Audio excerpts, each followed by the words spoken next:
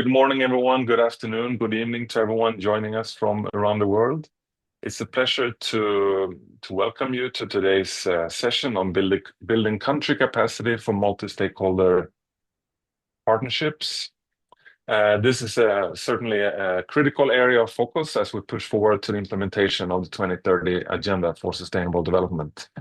My name is Ola Jönsson. I am joining you here today on behalf of UNDESA, one of the organizers for this session, along with the RC Resident Coordinator Office of Mexico and the Partnering Initiative. So before we get going, I just want to make a few housekeeping rules for this session today. So we ask you to please keep your microphone muted unless you have been given a floor to speak. It's always nice if you can keep the video on so we can see who is there, if possible.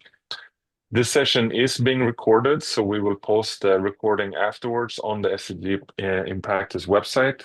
I think this applies for the session, but it does not apply to the breakout rooms, I think. So those will be more sort of internal sessions. Those will not be published. And we do encourage you to use the chat function as much as possible for networking with the participants, any questions that you have for us, and also look out for any information sharing from us to you. So first, I just want to go over the program real quick. So I'll just make an introduction here, and then we have Mr. Darian Stibb from the Partnering Initiative, who will introduce a range of different tools that we have developed together. And then we'll hear some experiences from the field. We have colleagues here from the RC offices of Mexico and Jamaica to talk about how they have gone about building collaboration at the country level. Then we want to get some dialogue and breakout rooms with the audience. So we will break out in rooms of about 8 to 10 people to get some hopefully some stimulated, engaging discussions. And then we bring that back to the plenary for some feedback, and then we'll wrap up. So let me just begin with a sort of a core statement that I think it's true, that achieving the SDGs, Sustainable Development Goals, is not possible without inclusive and collaborative action of all sectors of society. We need governments, private sectors, civil society, NGOs, academia, local communities, and really all people to be engaged and collaborate for the SDGs. We have seen this time and again that progress on different areas, on education, climate action, decent work, ocean protection, they all depend on collaborations and partnerships. But effective collaboration, especially at the national and local levels, where implementation really happens, is not always easy. It requires dedicated capacity, structures, and trust. And while Goal 17 of the SDGs specifically highlights the need for global partnership, the reality is that every single SDG depends on collaboration. And while global and regional partnerships are essential, the real transformation really happens on the ground within national structures, institutions, stakeholders, and communities. That's why today's focus on country-level capacity for partnerships is so important. If we can strengthen the ability of countries to bring sectors together, align priorities, and collaborate around development goals, then we can accelerate SDG progress where it matters most.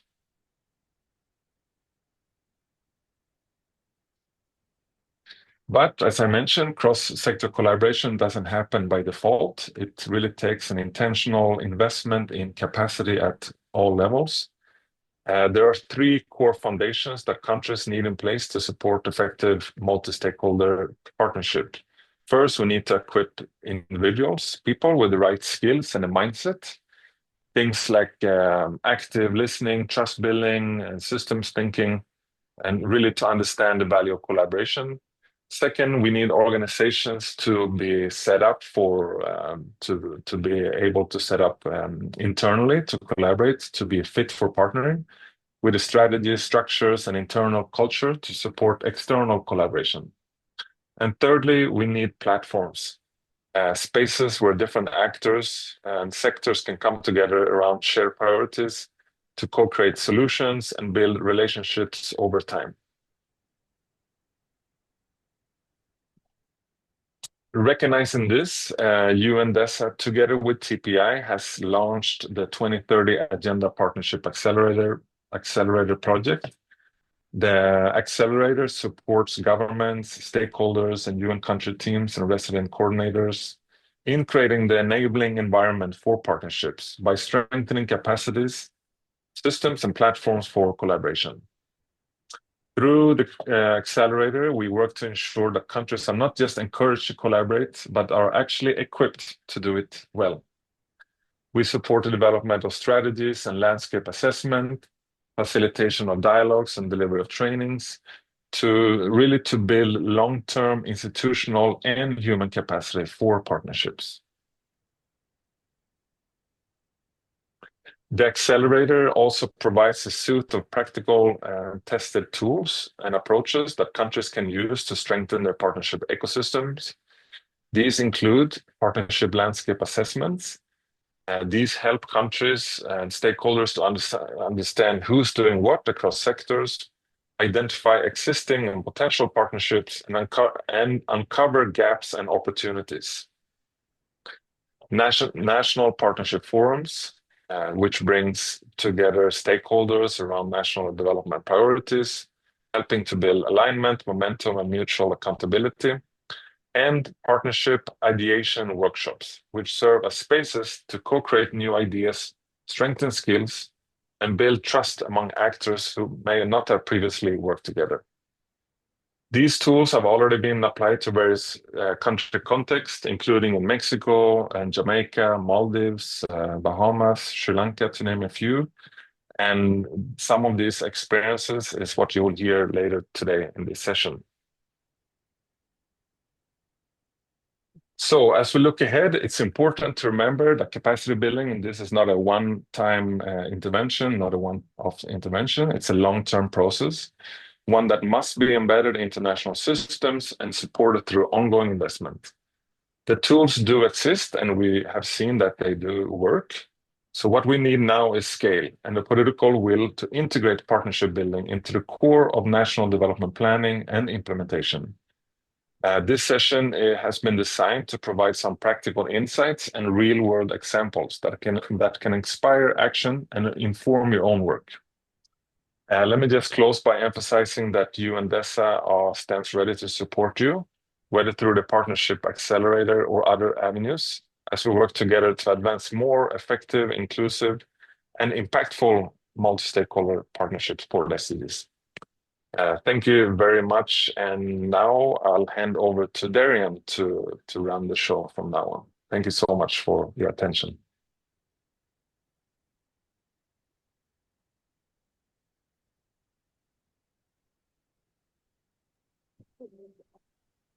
Hello, good afternoon, good morning. A real pleasure to be here today, and thank you so much, Ulla, for introducing the session so well. My name is Darian Stivvy. I'm the director of the Partnering Initiative. We are an international NGO driving effective collaboration for sustainable development, codifying good practice, and then building the capabilities of institutions, individuals, platforms, and policy to really drive a thriving environment for collaboration. And as Ola mentioned, we're delighted to be partners in the Partnership Accelerator. And the Partnership Accelerator was really sort of set up to answer the question of how do we make these partnerships happen much more systematically, much more coherently, much more cohesively.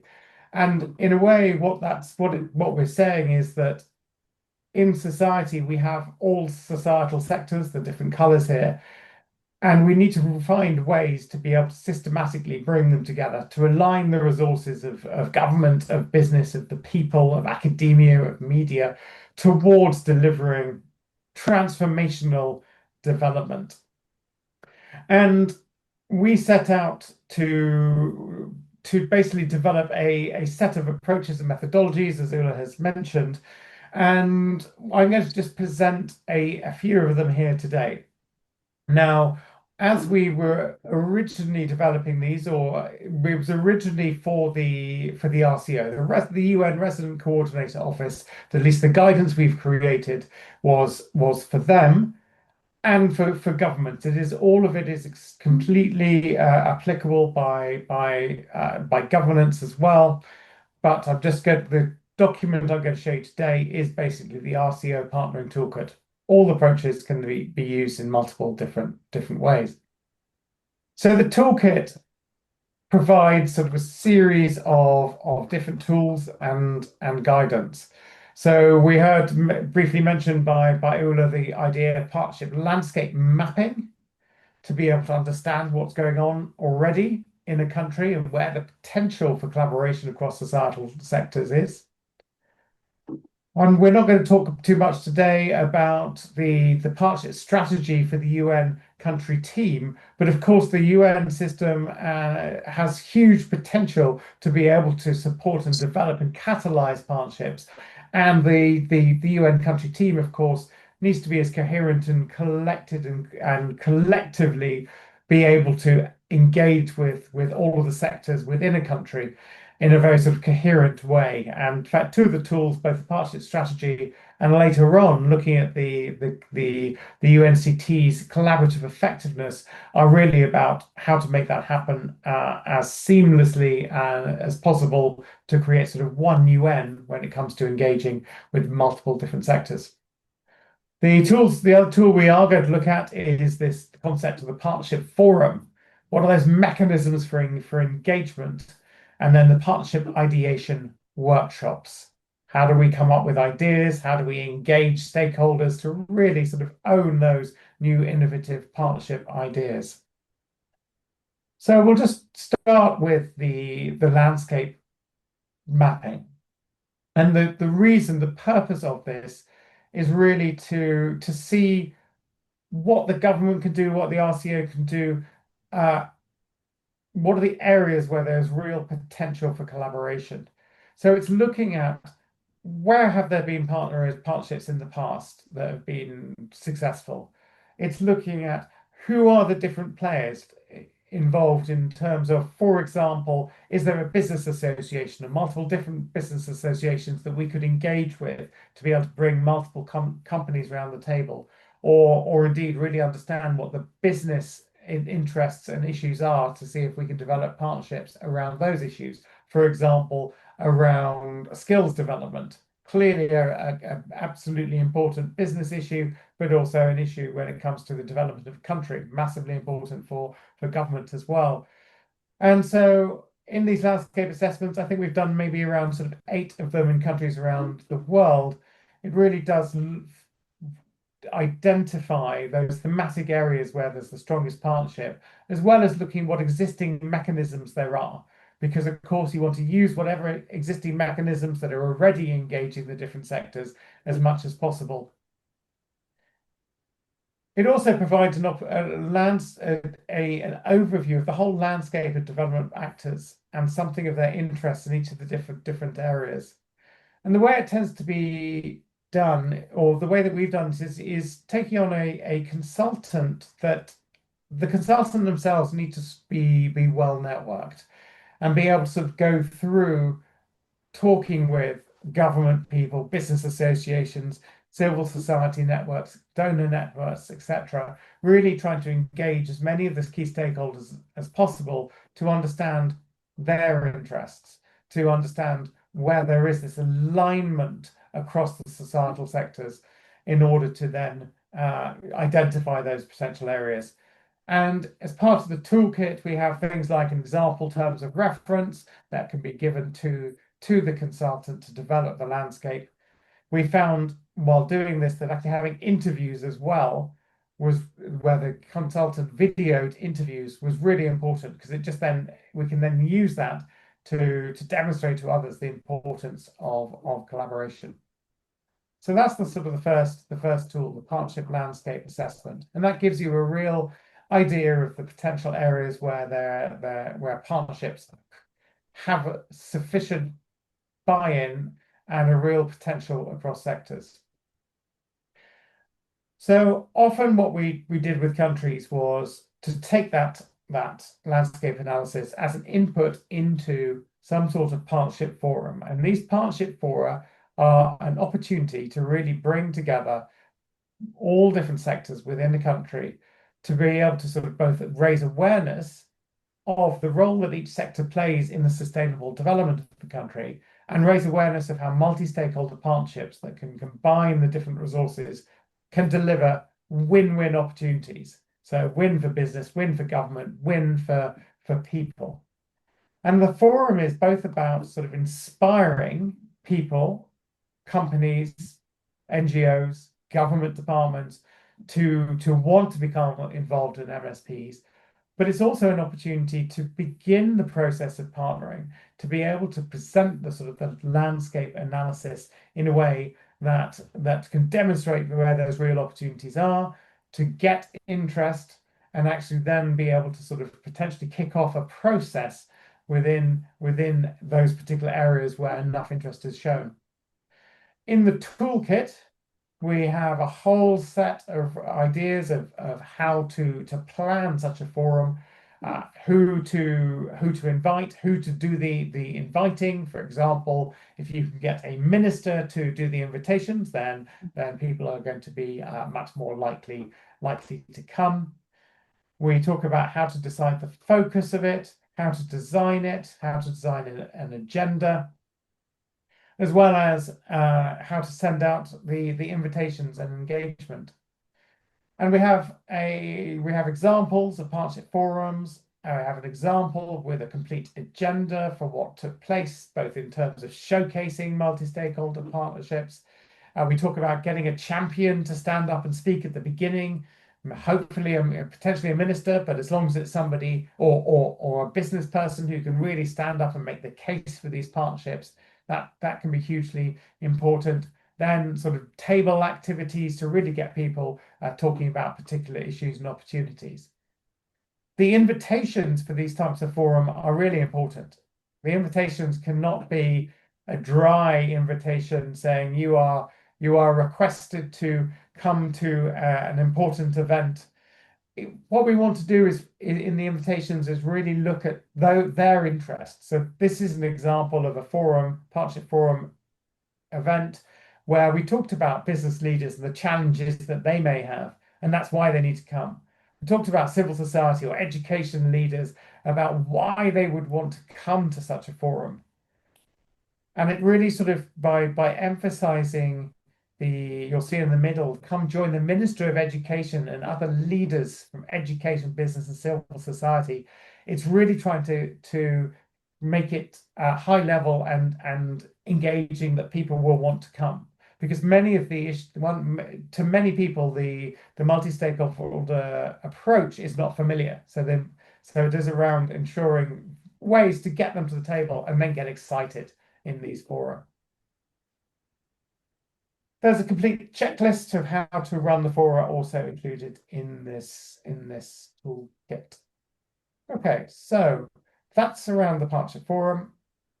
And then just very briefly, just tools for these ideation workshops. So you've got a level of interest, perhaps it's come out of the partnership forum. How do we then get people excited and actually sitting down and talking and actually developing new ideas for collaboration? And in this guide, we'll hear about a real example in a moment from Priscilla in Mexico about putting this into practice. But this guide really sort of talks about how you run these events, how you actually put even down to sort of the seating plan, how the way that people sit can engender conversations. We talk about the different roles in the workshops around the facilitators, the record keeping, the support team, etc., etc. So it really is sort of a really strong guide, including how to set an agenda for these workshops. So it really gives you a step-by-step approach. And of course, you'll need to adjust it. You need to with all of these tools, adjust it to your particular context. But we hope that these tools really will sort of give you an input, some clear ideas about how to develop these partnerships and really sort of bring people around the table, engage the sectors, and really start that process of partnership development. Great. Thank you for listening to that. We're now going to go on to much more interesting about what this looks like in practice. And I should say, please do, as we go, please do feel free to put questions and thoughts in the chat as we go along. Of course, there'll be opportunities shortly for conversation, but please, as we go, do put things in chat. So I'm going to ask my colleague Priscilla Miranda from the UN Mexico RCO to talk about her experiences in trying to really build the capability for MSPs in Mexico. Over to you, Priscilla. Thank you. Okay.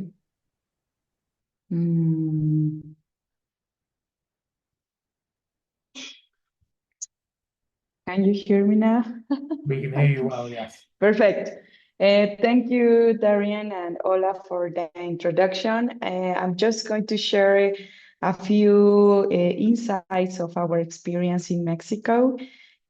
And welcome everyone as well, especially my colleagues from the RC office around the world. And I hope you can see this also after the recording. So in Mexico, well, I'll share that this has been a process of building all the tools that needed, of course, based on what Darian has presented. And nowadays, we believe in the power of partnerships. We actively in the UNCT and as UN in Mexico bring together government, academia, civil society, private sector, youth, local actors, and others. Since we believe each sector has a unique voice, and when we listen to all voices, we can bring meaningful and lasting change for the development agenda. So on this regard, we think that we need to of course, build capacity to listen as UN, but also with other colleagues in other actors and institutions. We also believe that we have to plan collectively so we can achieve more and not just have like a silo plan for cooperation or a silo plan for development at the national level aligned to the national priorities. We also think that we need to take coordinated action in order to, of course, not duplicate and make synergies, and of course, to make long-lasting impact. That's just an introduction. Then I would like to share with you that this is a process. In our case, it was like a kind of a long process of 5 years, and I'm very happy that I actually had the support from the Partnership Accelerator and the TPI. Both my colleagues were very following up and supporting our process. We have, as UNCT, as you or you might know, some of you, every country has this cooperation framework, which is the main tool for planning for us to aligned to the national priorities, and of course, very focused on our capacities as UNCT to deliver and having impact in the national agenda and national priorities. This was signed into 2020. Then we initiated a process of mapping and a partnership landscape in which where we identified the key players and existing efforts. This is mainly focused in looking into an ecosystem in Mexico for partnerships for the 2030 agenda. We wanted to know who were working in the agenda, where they were working, because as well, Mexico has 32 states in which the United Nations has worked. And we wanted to identify who we partner with in the different areas. Then we developed the Mexico strategy, partnership strategy in 2022. And this was a guide with a collective work from the UNCT, but of course, very focused on what we identified as an opportunity to work, for example, with other actors such as the private sector. And in 2023, we did a partnership forum where we created this space for dialogue. We focus on the territorial agenda, and we actually achieved it to bring a Mexico position for the World Urban Forum and other areas. And this was actually the beginning that ended up in this ideation workshop for launching a partnership network for local action in Mexico last year, which is still active until today.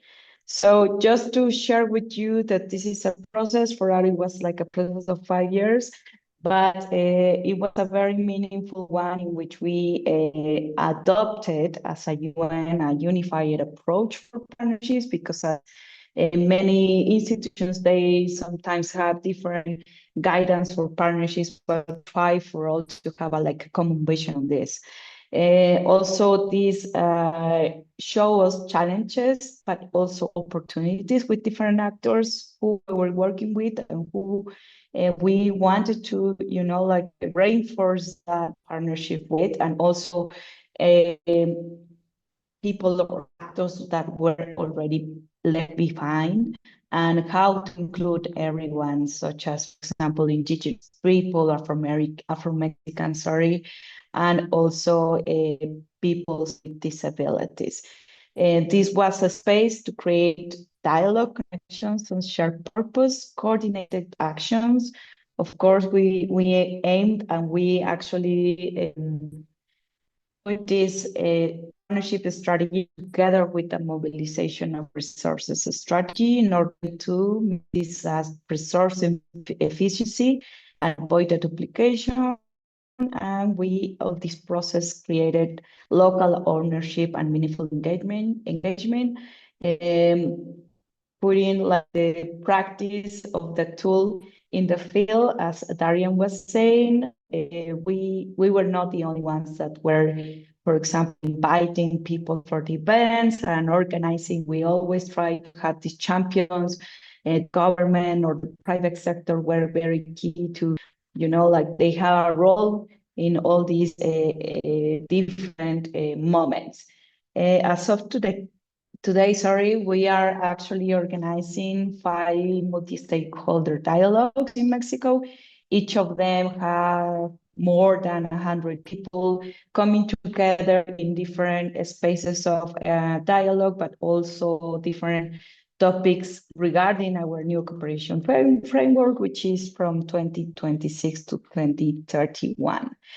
So by all this, I'm saying that it's not an easy process. It also have obviously challenges, but for us, it was more an opportunity for the UNCT to approach in a very coordinated way to different stakeholders and to make more meaningful impact in different areas.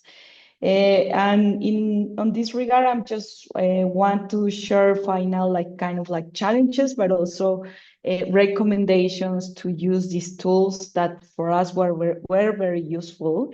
And the first one is to focus on keep relevant.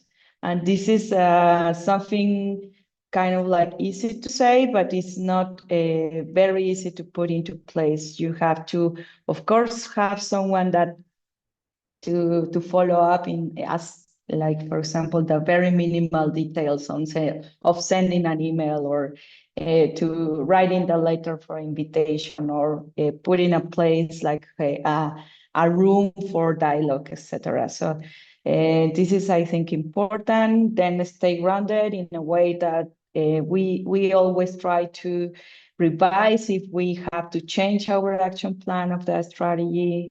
the partnership strategy in Mexico, and then we have to, like align with the new priorities. There is always change in the government or in other areas, and you have to, like adapt and make this meaningful for everyone.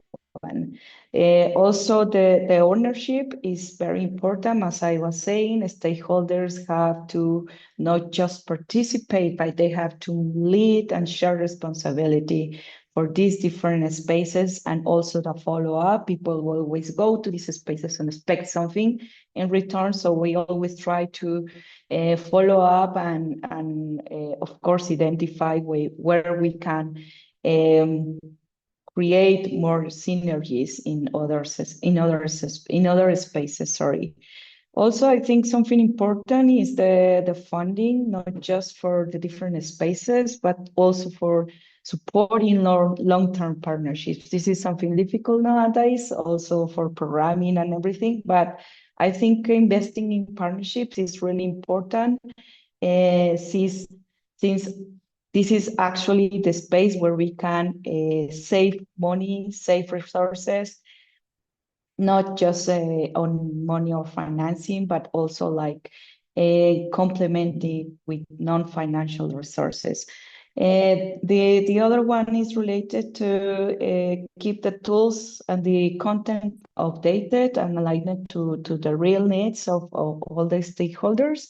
And finally, trying to institutionalize the learning. We do have documented all our experience. We have all our documents from different steps of this partnership that is now working at the local area. And we try to share wherever we see it is useful.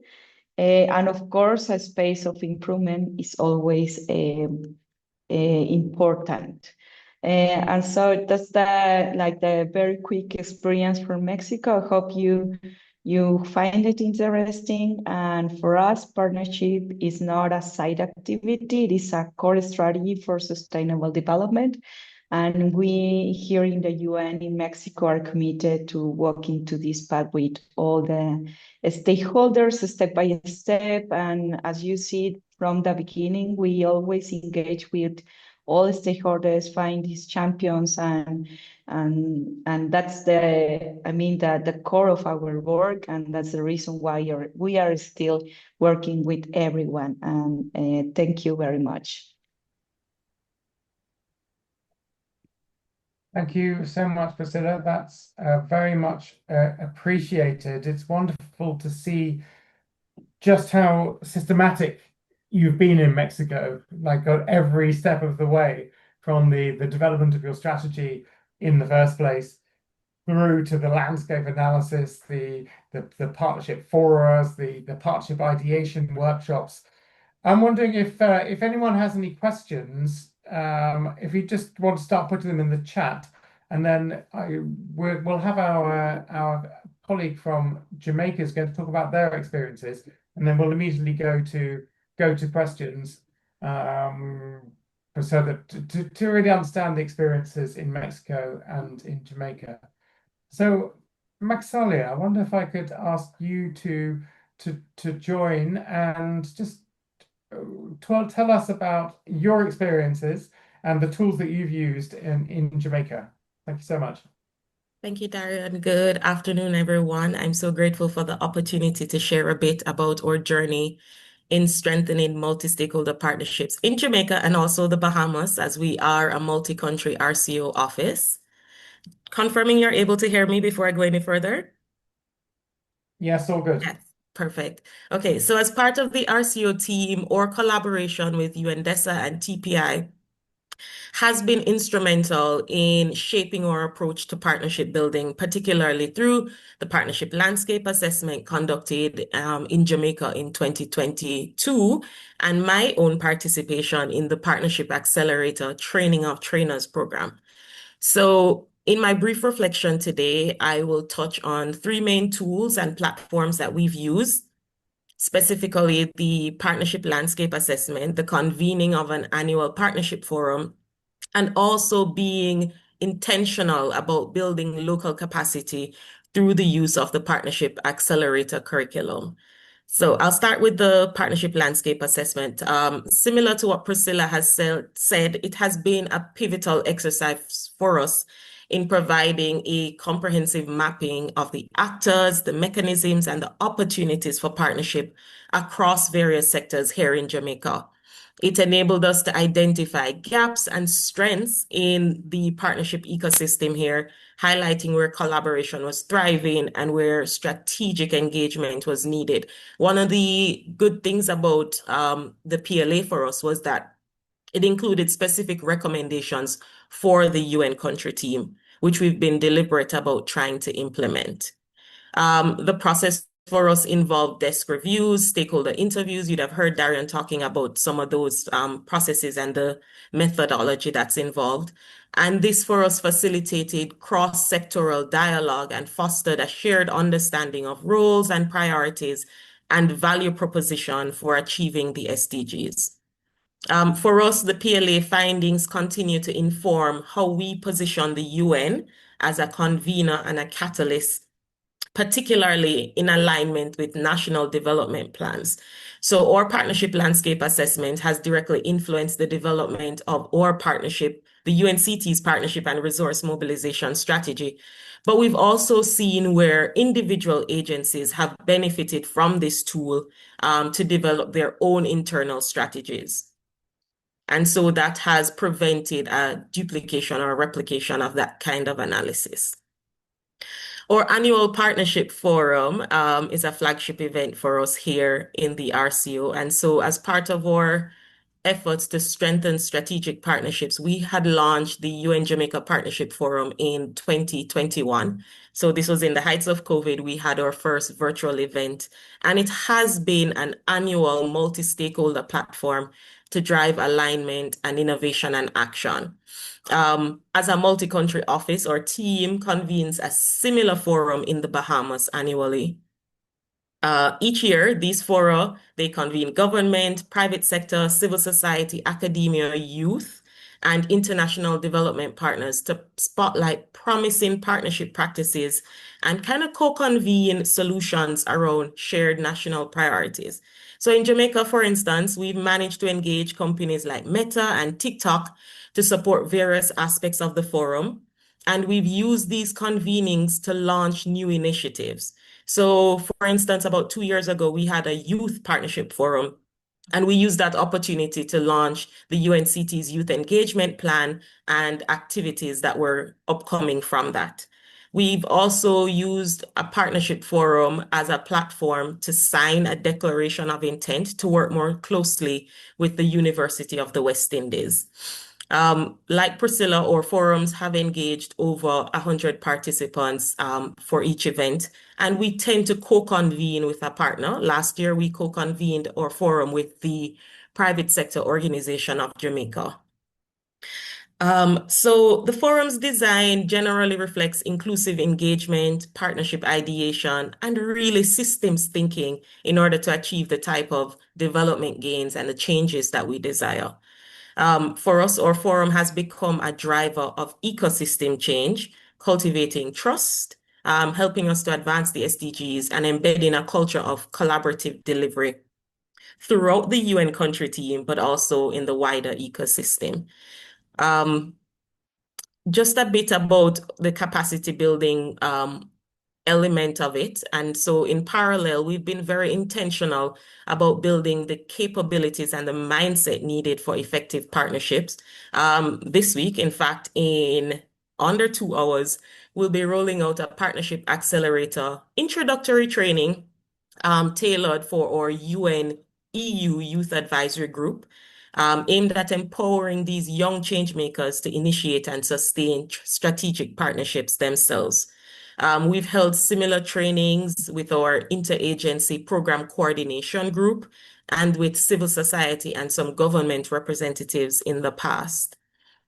In my opinion, the training offers much value in building professional partnering competencies, including trust building, shared value articulation, and collaborative design, all of which we know are core to effective SDG delivery. So this type of targeted capacity building effort, is part of our broader ambition to expand equitable access to partnership know-how across sectors. And I am happy to have participated in that training that was held in the Bahamas and to be able to share my knowledge with other persons who are working in partnerships here in Jamaica. So there's so much more that can be said about each of these tools and the platforms. But with only 10 minutes to share, I'll wrap up by saying that our experience has underscored the value of investing in structured approaches like the PLA, like the Partnership Forum, while simultaneously building human capacity for collaboration. The combination of these tools and experiential learning has helped to shift the narrative for us from partnership as project-based to partnership as a core enabler of sustainable development. So our team here in Jamaica, of course, looks forward to opportunities to continue to deepen our collaboration with UNDESA and TPI and other partnership colleagues. I'm looking forward to the discussions that will be held later on in this session to build inclusive, resilient, and future-fit ecosystems for SDG partnerships. So thank you again for the opportunity, and I look forward to learning. I'm happy to share bilaterally with persons who'd like to hear more about our experience. Over to you. Thank you so much, Maxalia. That was so interesting. And again, it's just sort of hearing the systematic approach that you're taking and the addition of the capacity development partnering. I wonder if you could just sort of say a few words about what difference you've seen that has made when it comes to the collaborative efforts, to the actual targeted capacity development. Well, I mean, for us here, one, internally, it has kind of shifted our mindset. Just even how people think about partnerships. When we think sometimes, especially we think about fundraising or we think, about those kinds of things, but just shifting the mindset, helping people to prepare. You've seen where partners or stakeholders, I can say, are more intentional, they're clearer, there's more clarity around what it is that they intend to get from a partnership or the value that they see the partnership adding. In the presentation that I'll be making later today, we're looking at the assessment tool. Is this partnership a right partnership or tool? Like just using these various tools and seeing whether or not it makes sense to move forward. I've seen where people have made decisions, okay, maybe we'll hold off on this for now, or let's look into, another partner or other ways to achieve things. Thank you. That's so clear. And yes, indeed, one of the things that it can do is to stop people from partnering if the fundamentals are not in place. And that's actually a really good thing. And just for those who don't know, the tool that you mentioned then, the partnership assessment tool, is actually available in the SDG Partnership Guidebook that I've just put into the chat. And Priscilla, there's a question for you around the funding of local partnerships in Mexico, about whether that was something. Yeah, tell us a little bit about that. Thank you for the question, and it's something actually that it is still a challenge during all the process. First, in the beginning, of course, we try to have a core budget supported by, of course, the accelerator, but also by the RC office. But then we try to not to depend on the funding, I mean the money, and try to, for example, right now the dialogues are very focused on funding, but not the money as such, but resources that the different partners have already.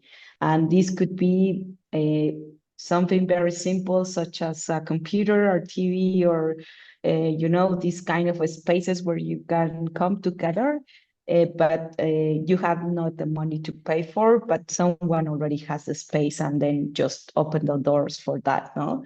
And I think it's still a challenge in a way that you have to have, for example, for the local network, and it is something that we have another session on investing on partnerships.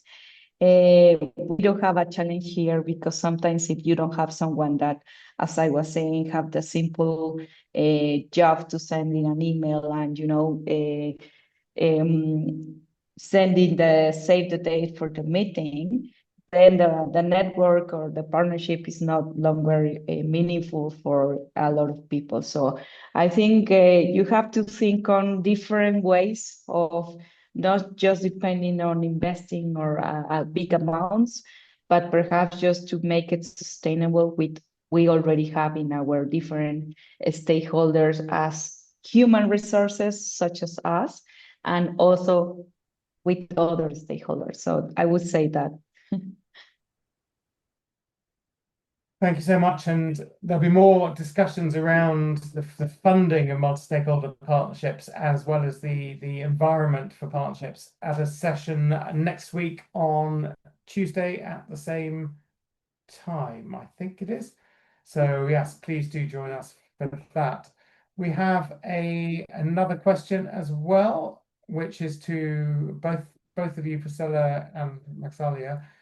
And that is around the political environment and whether you've had challenges stemming from external factors such as the political climate or systemic issues such as prejudice that could potentially hinder the development of or success of a partnership ecosystem. And what did you do to try to break through those challenges? I wonder if Maxalia, if you'd like to start, and then I can Priscilla. start, and I'm saying this knocking on wood because thankfully we've not had major political challenges. We tend to have pretty good buy-in, government or wider stakeholder buy-in. The government signs off on our cooperation framework, and we try to ensure that the activities that we are undertaking, the discussions that we are, having in these various fora or what we are publishing or anything that, that it is in keeping with that. And we've had broad support from the government in that way. If there are things that they're pushback, I would say they're pretty minimal so far for us. We've seen in some cases too where some things that are not necessary issues that the government themselves wants to come forward on, they have been comfortable with the UN, being the entity which engages with certain stakeholders, which has programs that are addressing the needs of certain key populations. So thankfully, we've not had major issues in our context. Thank you. Yes, I can imagine in countries where the governments are sort of more open to it, then it's obviously going to be a lot easier. Priscilla, what have your experiences been? From my side, I think it's also a challenge in a way. It's not like we don't have we do work very closely with the government, but also there are some spaces that are not very open to other actors. And we have find actually there our opportunity to bring together, for example, civil society with the government and sitting together to talking on some topics or the private sector. Because sometimes, as I was saying, they are kind of in silos, like here the tech sector cannot talk to the government and the civil society on this issue. So we've been created this like a safe space, like to bring in all together to just to present and to be critical, but very, like bringing proposals in a different mood. And that's the reason also why we try to bring people in spaces where are like neutral spaces, not just UN spaces, but for example, academic spaces of universities, etc. So I think those are kind of like the ways that we try to address these challenges, but I see this more like an opportunity to, reinforce our role, not just as UN, but as a community or ecosystem of partners for sustainable development. Thank you so much. That's so clear. So with that, what we would like to do is switch this around now and actually make this around some working groups to discuss the situation in your own countries, to talk about what it is that is going to be, what sort of forms of partnership capacity development are going on already, and all of society engagement. But what do you think would be most appropriate in your country? And there's the question here. So it's really just an opportunity in groups of around 6 to 8 or so, to really talk about your experiences and your needs. And then I'm going to ask you to, I'm going to ask 2 or 3 groups, or perhaps 2 groups, to just sort of report back about what they've heard about their experiences.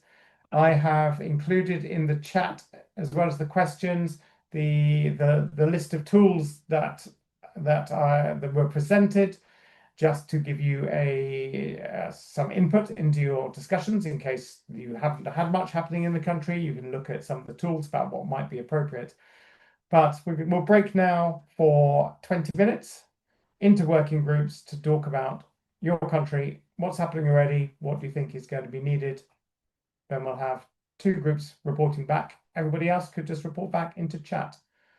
So thank you, UNITAR colleagues, if you could send us into the breakout rooms.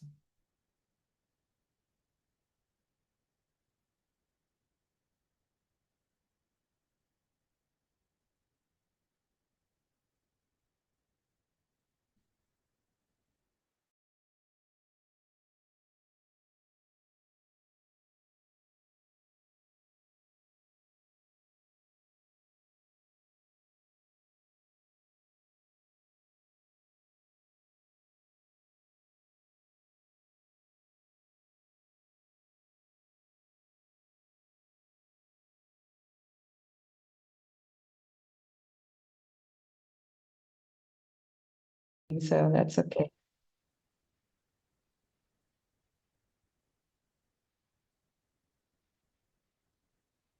I think we can start. Jenny, where are you from? I had a pop-up window. Can you hear me fine? Yes, yes, you can Okay, hear you. great. Yeah, no, I was just saying, Priscilla, thank you for a very nice and insight. Welcome back, everybody. I hope that we've had a few good discussions. Of course, there's never enough time with these things. I know it took a little while to get the discussions going. I wonder if we could just get a little bit of feedback from any of the rooms. Do we have anyone who would be willing just to give us a flavor of what they've heard in terms of what is needed at country level to really build partner capacity, or any experiences that you'd like to share, or any other sort of capacity development that you have seen? So we've got Journey Fernando. Please, if you'd like to come off mute. I'll just like to share a little bit of what we discussed on breakout room 4, if I'm not mistaken. So, we started by mostly sharing about our nation's kind of situation right now. So we had discussions regarding the climate in Pakistan, in the Philippines, and a little bit in South Africa as well.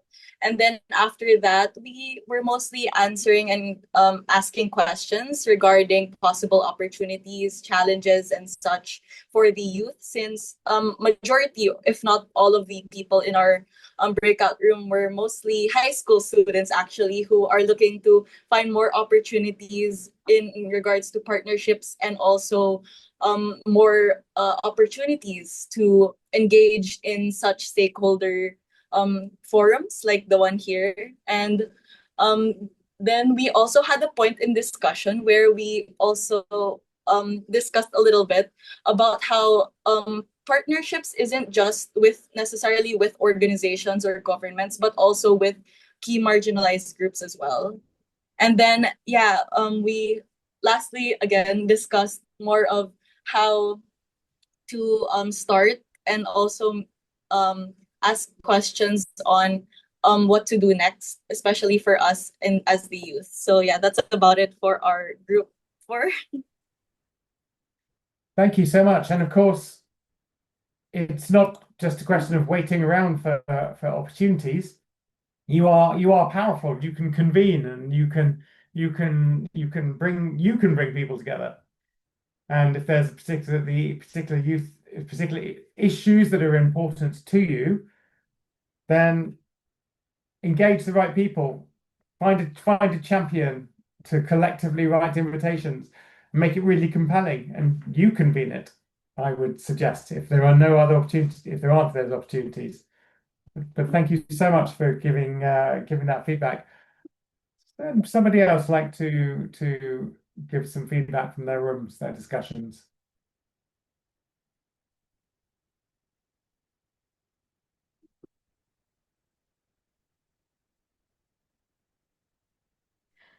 I think we had someone very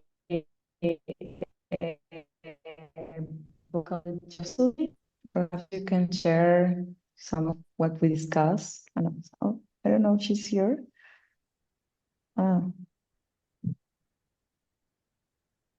Who was that, Priscilla? I didn't catch the name. Your internet went I out. think Jocelyn or Amna. Jocelyn, Amna, can you share? I can see her. Maybe they have to drop off, unfortunately. Hello everyone. I'm Nahid, Amna. Yeah. So I'm actually a student of university. I have not that much experience. I'm actually here for just listening to this wonderful conversation and just want, as Journey has said, we want more opportunities and we want to connect to partnership with these and to work with you and like you all people are doing, and we aspire to be that much champions like you. Champions is a small word for all of you, so I aspire for the best. So I want to speak this. Thank you so much, Amna. I'm absolutely delighted with the number of young people on this call, because it is the young people that are going to really be able to push the opportunities and engage and make things happen in ways that perhaps traditional approaches that the older generations are not able to take advantage of. Can I invite from the group I was in, Nahid, you spoke very eloquently about the challenge in Afghanistan, where you're from, and how that political context makes such a difference. Please give, Sure. the floor is yours. Yeah, of course. Actually, in our group, we talked about like the UN development and capacity building efforts, like UN agencies like UNDP, UNICEF, WHO, the humanitarian aid and health services that they have there, the education programs, the support that they have to local governance. And the key challenges like political instability in the Taliban's restrictive policies, limiting women's rights and civil society activities, like challenges like security concerns, restricting access for humanitarian workers, and reduced funding and donor fatigue. And I think these are all the problems that maybe we need to focus on more. And like we also talked about some, let's say some programs that we can have to like make the situation a little bit better, like capacity building focused on leadership and advocacy skill, like developing training programs that empower the local leaders, particularly women and youth, to advocate for their rights and effectivity and to engage with their governments and international institutions, and promoting inclusive and culturally sensitive programs, like ensuring all UN initiatives to respect Afghan social and cultural context, and working closely with religious and traditional leaders to gain acceptance and increase impact. Actually, there are many things that we can do there, but right now I'm a bit stressful, the situation is not good and everything, that my mind is right now empty, but I just told you that like the short version of everything that I thought can be helpful. Thank you very much indeed. That's extremely useful, and I think you really set out the challenge to all of us to really try to make this happen. Okay. Any other final thoughts from anyone before we pass back to Ula? Or Ula, you wanted to raise a question, perhaps? If Oh. if I could say something. Yeah, please, Kwame. Just one final point. Yes, I just wanted to throw out a question I asked in my adopted group that, I mean, the legitimacy of coordinating partnership. Normally it is in Ghana, it's the government or development partners. The confidence of other partners, especially in the informal sector, is not very strong. To what extent is legitimacy an issue in convening partnership? In terms of convening partnership, it's huge. You need that neutral player with the legitimacy to be able to undertake the sort of the partnership development. And it doesn't have to be neutral. I mean, it absolutely can be government, but they have to have legitimacy with the people. The informal sector is always very challenging. The informal private sector is a challenging one to partner with. But we do see examples where you have associations of informal business, and it's the associations that are able to partner rather than sort of individual companies. But it is so much is around the level of trust across sectors. So if you want to partner with government, or government wants to partner with business, then that trust is hugely important. And we're seeing in so many societies the reduction in civil society space, so that actually civil society is not given